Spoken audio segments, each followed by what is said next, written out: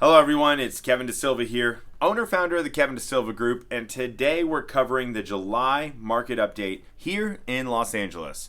So take a minute, pause the video if you need to, grab some popcorn, and let's get started. Okay, pause over. Let's get started. So, real quick, I'm diving into a wider spread of stats, and the reason being is that there are 40% fewer sales than there were during the months of the pandemic. That's causing a little bit of a problem from a statistical perspective. In some neighborhoods that we track here in the coastal Los Angeles areas, some neighborhoods are seeing such few sales that any one sale can skew the numbers up and down. And if you've taken a statistics class in high school or in college, then you understand how that works. Either which way, it's creating these bouncing graphs that aren't reflecting how the market is actually behaving. So I have pulled out to a bigger picture, and we're looking at LA County as a whole, because with 4,448 sales in the last month, it plots a much more meaningful course to show the trend of the LA housing market.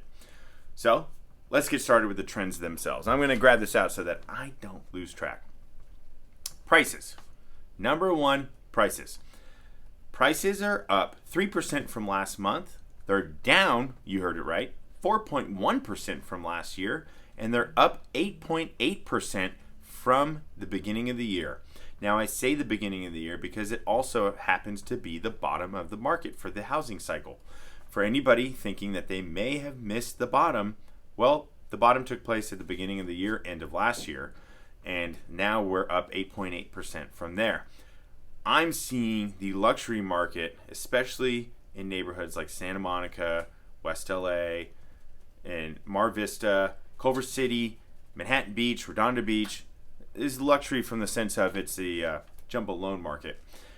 I'm seeing these areas growing even faster, and it's because there's a 1% spread between the conforming loan rate and the jumbo loan rate. In fact, you can get a jumbo loan for under 6% right now. And if you're not getting one for under 6%, let me know. We'll get you connected so that you are. That said, the conforming loan rates are around 7%, and it's causing a price discrepancy between the two. So we're seeing prices move a lot better in those markets. Either which way, LA County as a whole went up 3%. That is still significant. That, my friend, shows that whenever your friend says, oh my gosh, the housing prices are falling, you could say, actually, they're up 3% this month from last month. Quite the contrary. Now, prices are down 4.1% from this time last year, and that was the peak of the housing market in this cycle. That said, we had bottomed out almost 12% from that peak and have clawed our way back. Price per square foot shows a similar trend. Why do I like to look at price per square foot? Well, for me, it provides a little more stability in the pricing trend. You could have 1 month of extremely high sales, let's say 100 million or a few double-digit million homes sell in Bel Air, Palisades, Santa Monica, etc., and those kinds of sales can pull up the median and the average. I like to look at price per square foot because it paints a picture that, I use them basically to gauge, is the housing market moving as fast as it says it is? Well, the answer there is also yes. The median price per square foot is up 8.3%. Now, it is up only 2.1% from last month, and is also down 4.1% from last year. So it's the same price trend. So not only are homes moving up in price, but every square foot of each home is also moving up in price. It's not just bigger homes selling. Some interesting stats. So showings per pending sale. What does that mean? These are how many buyers saw the home before it went under contract, or the seller accepted an offer, or went into escrow. There's a number of different terminology that you can use to signify the same idea. That said, there are 8.7 showings per pending sale or accepted contract. Now that's up 45% also from the bottom. The bottom's the beginning of the year, so I'm gonna reference year to date quite a bit. So that's up from 6 at the beginning of the year. That's significant. Let's move on. Sales price to list price ratio. This is where if I put my home on the market for $1 million or $2 million, I'll get either $1,011,000 or I'll get $2,022,000.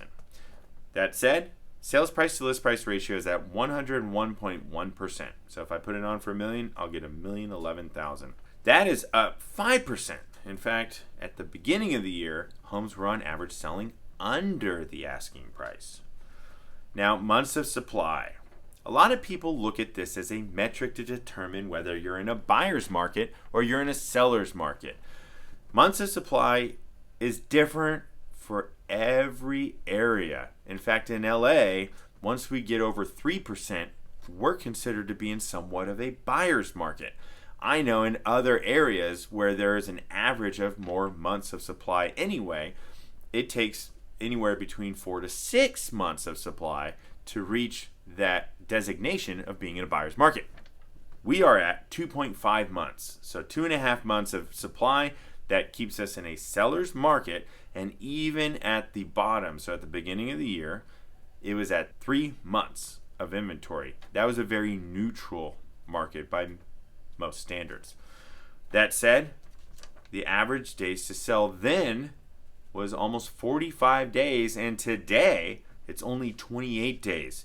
So the average amount of time it takes a listing to sell is down 37.8% from the beginning of the year, otherwise known as the bottom of the market. These are the stats that I like to follow because this tells me how's the market behaving. It's almost like the health vitals. How's the market behaving? Which way are prices going?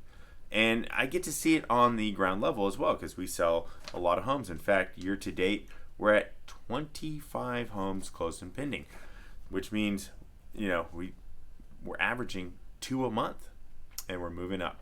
4 a month. We're averaging 4 homes a month, which is really good. We're a small team. There's only 5 of us, so we're moving forward extremely well. That said, if you want to know what's happening in your neighborhood or my neighborhood or your neighbor's neighborhood, the neighboring neighborhood, if you just want to know what's going on in this pocket, let me know. We'll do a special report just for you so that you understand what's happening to your home and what's happening for you. Because at the end of the day, it's all about keeping you on top of your most prized asset so that you can make better financial moves for yourself and for your family. Whether that's pulling money out of your home in order to do improvements. Maybe you need to pull money out of your home to enjoy yourself a little more. Maybe it's pulling your money out of your home to go buy another one. And maybe it's just selling your house to go buy your dream house or to sell your house and downsize. There's so many options. But at the end of the day, you have to know what you're working with. And instead of charting the Zestimate or what you see on Redfin or Realtor.com, everybody's got an automated value. But is anybody taking a look at your real home value? Contact us today. Let us help you understand what your home is worth so that you can make the best financial decision for your friends, for your family, and especially for yourself. Once again, it's Kevin DeSilva here. Comment below if you want a personal home value or send me a text. My number is 424-392-4213. Have a wonderful day. If you like what you saw in this video, hit the subscribe button and turn on the notifications so you can stay in the know every time we publish a new video. We're here to help you make the most with your home and your goals in real estate.